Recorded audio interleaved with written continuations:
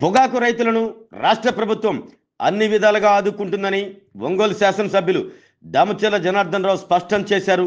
సంతనూతలపాడు శాసనసభ్యులు బిఎన్ విజయ్ కుమార్తో కలిసి త్రావుగుంట వద్ద గల ఒంగోలు 2వ వేలం కేంద్రాన్ని సందర్శించారు. వేలానికి వచ్చిన పొగాకు బేళ్లను పరిశీలించారు. పొగాకు రైతులతో మాట్లాడారు. రైతు సంఘాల నాయకులతో కూడా మాట్లాడారు. అనంతరం ఎమ్మెల్యే దామచర్ల జనార్దన్ రావు మీడియాతో మాట్లాడుతూ గత ఏడాది పొగాకు బాగా రావటం, గిట్టుబాటు ధర ఉండటంతో ఈ ఏడాది రైతులు కొంత ఎక్కువ పండించారని తెలిపారు. ఖర్చులు కూడా పెరిగినందున రైతులను ఆదుకోవాల్సిన అవసరం ఉంది అన్నారు. అన్ని కంపెనీలు వేలంలో పాల్గొనే విషయంపై ఈ నెల 12వ తేదీ జరగనున్న జిల్లా సమీక్ష సమావేశంలో మాట్లాడినట్లు తెలిపారు. జిల్లా ఇన్ఛార్జి మంత్రి, ప్రజాప్రతినిధులంతా కలిసి పొగాకు వ్యాపారులతో మాట్లాడి రైతులకు మద్దతు ధర వచ్చేలా చూస్తామంటూ ఎమ్మెల్యే దామచర్ల జనార్దన్ రావు తెలిపారు. ఈ కార్యక్రమంలో పొగాకు బోర్డు రీజనల్ మేనేజర్ లక్ష్మణ్ రావు, వేలం కేంద్రం సూపరింటెండెంట్ తులసి, తెలుగు రైతు నాయకుడు వెంకటరామయ్య, రైతు సంఘం నాయకులు కేవీవి ప్రసాద్, హనుమారెడ్డి, వీరారెడ్డి తదితరులు పాల్గొన్నారు.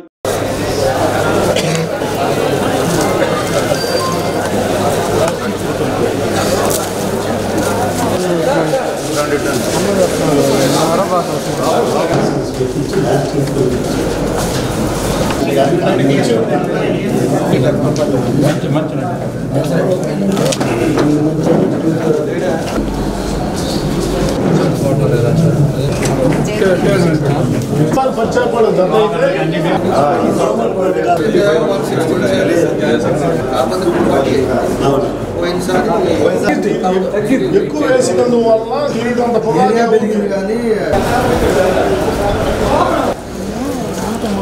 పొగాకు సమస్యల మీద ఈరోజు బోర్డుకు వచ్చాము. ఎందుకంటే గిట్టుబాటు ధరల కోసం పోయినసారి ఏదైతే మన రాష్ట్రంలో 142 మిలియన్లు పొగాకు పోయినసారి ఉంటే ఈసారి దాన్ని 165 మిలియన్ల వరకు ఈరోజు రైతులు కూడా ఎక్కువ పండించడం కూడా జరిగింది. దానికి ఈరోజు గిట్టుబాటు ధర లేక ఇబ్బందులు పడుతూ ఉన్నారు. దానికోసం అని చెప్పి ఈరోజు రైతులను పలకరించి అసలు ఏం జరుగుతుందో చూడటానికి అని చెప్పి నేను, మన సంతనూతలపాడు శాసనసభ్యులు విజయ్ గారు అందరూ కూడా వచ్చాం. మన సిపిఐ ప్రసాద్ గారు అందరం కూడా రావటం జరిగింది. మేము ఎక్కువ హనుమారెడ్డి గారు, అదేవిధంగా మేము ఎప్పుడు కూడా ఈ ప్రభుత్వం తెలుగుదేశం ప్రభుత్వం రైతుల పక్షాల ప్రభుత్వం, ఎప్పుడు రైతులకి శ్రేయస్సు కోరుకునేది మన ప్రీతం నాయకుడు చంద్రబాబు నాయుడు గారు. ఇదివరకు కాలంలో కూడా అప్పుడుండే పరిస్థితుల్లో పొగాకు రేటు లేకపోతే అప్పటికప్పుడు 5 రూపాయలు సెంట్రల్ గవర్నమెంట్ నుంచి, అదేవిధంగా 10 రూపాయలు స్టేట్ గవర్నమెంట్ నుంచి రైతులను కూడా పొగాకు బోర్డు ద్వారా ఆ రోజు బోనస్ ఇచ్చేసి వాళ్ళందరూ కూడా రైతులను ఆదుకోవడం కూడా జరిగింది. ఈరోజు ఎందుకంటే పొగాకు కూడా క్వాలిటీ ఆఫ్ పొగాకు కానీ, లేకపోతే రైతులు కూడా పోయినసారికి ఇప్పటికీ మిలియన్లు కూడా పెరుగుతూ పోతారు. పొగాకు పండించేది కూడా పెరుగుతుంది. వాళ్ళు ఏదైనా ప్రత్యామ్నాయం వేరే పంట పండించడానికి కూడా ఇక్కడ ఉండే పరిస్థితులు లేకుండా పోయింది. ఇక్కడికి వచ్చే లోపలికి పొగాకు తప్పితే ఈ పంటలకి వేరే ఆదాయం లేకుండా పోయింది. అందుకనే పొగాకు మీదే ఆధారపడి ఉండే రైతులు, ఈ రైతులు కూడా ఈరోజు ఖర్చు కూడా పెరిగిపోయింది. ఈరోజు అదివరకు ఉండే ఖర్చుకి ఇప్పటికి దగ్గర 60% పెరిగింది. కూలి కాడి నుంచి, అదేవిధంగా బ్యాటరీ కాడి నుంచి, మొక్కల కాడి నుంచి అన్నీ కూడా పెరగటం వల్ల రైతులకి గిట్టుబాటు ధర లేక ఇబ్బందులు పడే పరిస్థితులు వస్తున్నాయి. కాబట్టి మేము కూడా ఈరోజు మన ఆర్ఎం గారిని వీళ్ళందరూ కూడా కలిసాం, రైతులతో మాట్లాడాం. ఖచ్చితంగా ఈ కంపెనీ వాళ్ళతో కూడా చెప్పాం. మేజర్గా ఈరోజు 45% వరకు కొంటుంది ఐటీసీ కొంటా ఉన్నారు. మిగతా కంపెనీలన్నీ కూడా చిన్న చిన్న కంపెనీలు అవన్నీ కూడా ఏదైనా ఆర్డర్ ఉంటే తప్పితే వాళ్ళు కొనుక్కునే పరిస్థితి లేదు. ఐటీసీ మోనోపోల్గా ఎప్పుడో ఇది 10 సంవత్సరాలు 15 సంవత్సరాల నుంచి కూడా ఇది మోనోపోల్ అయిపోయింది. ఈ టొబాకోలో ఇక వేరే వాళ్ళు కూడా ఎవరిని కూడా రాకుండా వాళ్ళే తీసుకునే పరిస్థితులు కూడా ఇదివరకు ఐటీసీ ఆ విధంగా తయారైపోయింది. ఎంతోమంది కంపెనీలు ఉండేవాళ్ళు కూడా, పొగాకు కంపెనీలు ఉండేవాళ్ళు కూడా ఈరోజు ప్రత్యామ్నాయానికి వెళ్ళిపోయారు. ఎందుకంటే 10 మిలియన్లు 20 మిలియన్లు కొనుక్కొని స్టాక్ పెట్టి దానికి గిట్టుబాటు ధర లేక లేనిపోయిన వడ్డీలు, బ్యాంకుల వడ్డీలు పడతాయి, ఇవన్నీ ఇబ్బందులు ఉండబట్టే వాళ్ళందరూ కూడా వేరే యాక్టివిటీస్లోకి వెళ్ళిపోయారు. దానివల్ల కంపెనీస్ కూడా తగ్గినాయి. ఇదివరకు ఉండే కాంపిటీషన్ కూడా తగ్గటం వల్లే ఈ ఇబ్బందులు వస్తూ ఉన్నాయి. ఈరోజు ఉండే పరిస్థితుల్లో జీపీఐ ఒకటి, అదేవిధంగా మనకి పోలిసిటీ డెక్కన్ ఒకటి, పోలిసిటీ వాళ్ళు ఒకటి, వీళ్ళంతా కూడా ఇదివరకు 10% 15% కొనేవాళ్ళు ఇప్పుడు 5% 3%కి వచ్చారు. ఐటీసీ వాళ్ళు కూడా స్లోగా ఉన్నారు. ఈరోజు బోర్డుకు పెడితే బోర్డులో కూడా దగ్గర ఒక 30% వరకు నో బిడ్ అవుతూ ఉంది. నో బిడ్ అయ్యి రైతులు మళ్ళీ వెనక్కి తీసుకెళ్ళి మళ్ళీ తీసుకొచ్చి పెట్టే పరిస్థితులు వస్తూ ఉన్నాయి. ఇవి కూడా ఉండాల్సిన అవసరం లేదు. దాంతోపాటు మైసూర్లో కూడా మనకి కర్ణాటక సీజన్ చూసుకుంటే కర్ణాటక సీజన్లో కూడా మనకి పెనాల్టీస్ వేయకుండా ఉన్నారు. ఈరోజు ఒక బ్యార్నీకి ఇన్నే పండించాలని చెప్పిన తర్వాత దాన్ని ఎక్సెస్ పండిస్తే దానికి పెనాల్టీ వేయకుండా బోర్డు చూసుకునేటట్టుగా దాన్ని కూడా చేశారు. అక్కడ కర్ణాటకకు వచ్చి 88-80 మిలియన్ల వరకు ఈరోజు కర్ణాటకలో జరుగుతూ ఉంది. మన ఆంధ్రాలో ఎక్కువగా ఉంది కాబట్టి ఆంధ్ర రైతులు కూడా కాపాడుకోవాల్సిన అవసరాలు ఉన్నాయని చెప్పి మేము తెలియజేస్తున్నాం. ఈ పెనాల్టీస్ మీద కూడా దాన్ని కూడా ఆలోచించాల్సిన అవసరాలు ఉన్నాయి. రైతులు ప్రత్యామ్నాయం కోసం పోయినసారి బాగుంది, పోయినసారి పంట బాగా వచ్చింది, అదేవిధంగా రేటు బాగుంది, 10 రూపాయల ఆదాయం వచ్చిందనే రైతులు ఈరోజు ఇంకొక 20 మిలియన్లు పెంచుకోవటం వల్ల ఈరోజు ఇవన్నీ కూడా క్వాలిటీ ఆఫ్ టొబాకో వల్ల ఈ బైర్లు తగ్గటం వల్ల కంపెనీలు తగ్గటం వల్ల రేటు తగ్గటం జరిగింది. కాబట్టి ఉండే కంపెనీలు ఖచ్చితంగా పాత రేటు కంటే వాళ్ళ ఖర్చులు కూడా పెరిగిపోయినాయి కాబట్టి అదనంగా వాళ్ళకి రేటు ఇచ్చి ఆదుకోవాల్సిన అవసరం ఉందని చెప్పి కూడా మేము ఈ సందర్భంగా మేము తెలియజేస్తున్నాం. కాబట్టి మేము కూడా ఇప్పుడు రైతులతోటి కానీ వాళ్ళతోటి కూడా రైతు సంఘాలతో కానీ వీళ్ళందరితో కూడా మాట్లాడి రేపు 12 ఏదైతే డిఆర్సీ మీటింగ్ ఉందో దాంతో ఆ రోజు ఆల్ ఎమ్మెల్యేస్ ఉంటారు, ఇన్ఛార్జ్ మినిస్టర్ ఉంటారు, కలెక్టర్ గారు, అదేవిధంగా మన డిస్ట్రిక్ట్ మినిస్టర్లు ఉంటారు. మొత్తం కూడా కలిసి ఆ రోజు రైతు సంఘాలతోటి ఈ కంపెనీ బైర్స్ ఎవరైతే ఉన్నారో వాళ్ళందరినీ కూడా రమ్మంటాం. ఆ కంపెనీ జిఎంలు రమ్మంటాం. బైర్లు కాకుండా ఎవరైతే ఐటీసీ ఉన్నాడో ఐటీసీ జిఎం కానీ, జీపీఐ జిఎం కానీ, డెక్కన్ జిఎంలు కానీ వీళ్ళ కంపెనీ ఓనర్స్ని కూడా అవసరమైతే రమ్మని చెప్పేసి వాళ్ళందరికీ కూడా ఒక ఇన్స్ట్రక్షన్స్ ఇచ్చే మార్గంగా ముందుకు తీసుకెళ్తాం.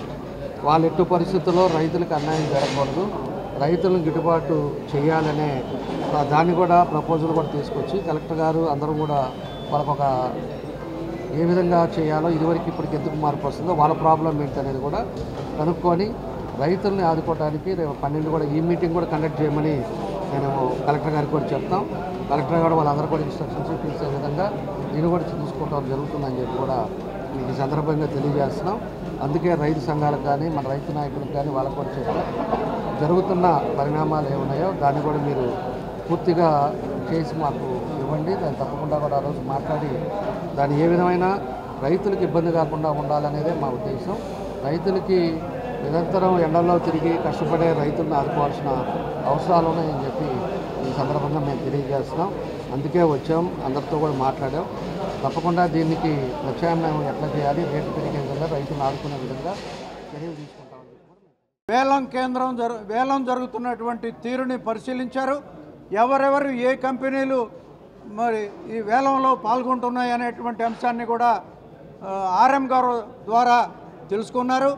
అదేవిధంగా ఇప్పుడు రాబోయేటువంటి రోజుల్లో మళ్ళీ రావాల్సినటువంటి కంపెనీల యొక్క ప్రాధాన్యతని పెంచి అదనంగా కొనుగోలు చేసేదానికి, ముమ్మరంగా కొనుగోళ్లు జరిగేదానికి కృషి చేస్తామని చెప్పి కలెక్టర్ గారి దృష్టికి ఈ అంశాన్ని తీసుకువెళ్ళి డిడిఆర్సీలో కూడా రేపు చర్చిస్తామని చెప్పారు. అందుకు ఈ ఇద్దరు ఎమ్మెల్యేకి ఆంధ్రప్రదేశ్ రైతు సంఘం పక్షాన అభినందనలు తెలియజేస్తూ ఇవాళ చాలా దుర్మార్గమైనటువంటి పద్ధతుల్లో రైతాంగం ఉన్నారు. చాలా సంక్షోభంలో మన రైతాంగం ఇవాళ ఈ పొగాకు పరిశ్రమని ఎదుర్కొనేటువంటి పరిస్థితి ఉంది. గత 2-3 సంవత్సరాలుగా మంచి ధర వచ్చినటువంటి నేపథ్యంలో ఈ సంవత్సరం అందరూ కూడా పొగాకు వైపు చూశారు. దీనికి కారణం ఇంకొకటి, మన రాష్ట్రంలో శనగ పండించేటువంటి రైతులు మన ప్రాంతంలో శనగ ఆ రేటు తగ్గిపోయింది, మినుములు తగ్గిపోయినాయి, కందులు తగ్గిపోయినాయి. ఆల్టర్నేటివ్ క్రాప్ ఏది మనం డెవలప్ చేసేటువంటి పరిస్థితి లేకుండా పోయింది. మిర్చి ధరలు తగ్గిపోయినాయి. అందువల్ల తప్పనిసరి పరిస్థితుల్లో పొగాకు వైపు రైతులు చూడాల్సిన పరిస్థితి ఏర్పడింది. అదేవిధంగా బర్లీ పొగాకు వైపు కూడా విచ్చలవిడిగా వెళ్ళిపోయినటువంటి పరిస్థితి ఉన్నది. అందువల్ల ఈ పరిస్థితుల్ని అధ్యయనం చేస్తూ రాష్ట్ర కేంద్ర ప్రభుత్వాలు ఇప్పటికే జోక్యం చేసుకొని మన పొగాకు బోర్డు ద్వారా అట్లాగే వ్యాపారస్తుల ద్వారా అధికంగా పొగాకు కొనిపించడానికి చేయాల్సినటువంటి పరిస్థితి ఉండాలి. కానీ ఇప్పటివరకు జోక్యం చేసుకునేటువంటి పరిస్థితిని కూడా మనం అర్థం చేసుకోవాలి. అదేవిధంగా గత సంవత్సరం 142 మిలియన్ల పొగాకు పండించాలని పొగాకు బోర్డు నిర్ణయించింది. 215 మిలియన్లు పండింది, 215 పండింది. అదేవిధంగా ఈ సంవత్సరం ఒక పక్క పొగాకు బోర్డు వారు అట్లాగే వ్యాపారస్తులు ఇద్దరు కూడా పొగాకు తగ్గించండి అని చెప్తున్నారు. ఇక్కడ మనం గమనించాల్సింది, ఒక పక్క పొగాకు తగ్గించమని మేము చెప్పాము, రైతులు తగ్గించకుండా పెంచేస్తున్నారు అని అంటూ పొగాకు బోర్డు 167 మిలియన్ కిలోలకి రైతులు పంట వేయటానికి అనుమతించింది. అంటే 25 మిలియన్ కేజీల పంటని అధికంగా వేయమని పొగాకు బోర్డు వారే నిర్ణయించారు. రెండో పక్క 170 మిలియన్ల కేజీలు మాకు అవసరము అని వ్యాపారస్తులు చెప్తున్నారు, కంపెనీల వాళ్ళు చెప్తున్నారు. మరి అవసరమైతే కొనాలి కదా. మీరు చెప్పే దాని ప్రకారం 170 మిలియన్ కేజీలని ఇవాళ కొనుగోలుకు సిద్ధం చేయాలి. ఎందుకు మీరు పాల్గొనట్లేదు? బీజీలు కట్టినటువంటి ప్రతి కంపెనీ ఎందుకు రావట్లేదు? ఇక్కడ పరిశీలన చేయాల్సినటువంటి అవసరం ఉంది. ఈ అంశాలన్నింటినీ కూడా ప్రభుత్వం ఆలోచన చేయాలా, పొగాకు బోర్డు ఆలోచన చేయాలా. పొగాకు బోర్డు ఉన్నది ఊరికే మనం తీసుకెళ్ళినటువంటి పొగాకుని అమ్మి పెట్టడానికి కాదు. అమ్మి పెట్టడానికి గతంలో చాలామంది ఉండేవాళ్ళు వ్యాపారస్తులు విడివిడిగా. ఇది సక్రమంగా లేదు అనేటువంటి దాంతోనే మనం పొగాకు బోర్డు కోసం టంగుటూరులో 3 రైతులు ప్రాణత్యాగం చేశారు. ఇవన్నీ కూడా మరి బోర్డు ఆ రకంగా ఎక్కడైతే ఏ ఇతర దేశాల్లో ఎక్కడ అవసరం ఉంది ఏమిటి అనేది అంచనా వేసి అటు కంపెనీల వాళ్ళతో రైతులతో పొగాకు బోర్డు సిబ్బందితో అందరూ కూడా మాట్లాడి ఉన్నటువంటి పరిస్థితిని ప్రభుత్వానికి తెలియజేస్తే రాష్ట్ర ప్రభుత్వం ముఖ్యమంత్రి గారు కూడా జోక్యం చేసుకొని అవసరమైనటువంటి చర్యలు ముందుగానే తీసుకోవటానికి అవకాశాలు ఉంటాయి. అది లేకుండా పొగాకు బోర్డు వారు మేమంతా ముందు చెప్తున్నాం, రైతులు పంట వేస్తున్నారు కానీ ఇవాళ వ్యాపారస్తులు కొనడం లేదని తప్పు రైతుల మీద వేసేటువంటి పని చేయటం సరైంది కాదు.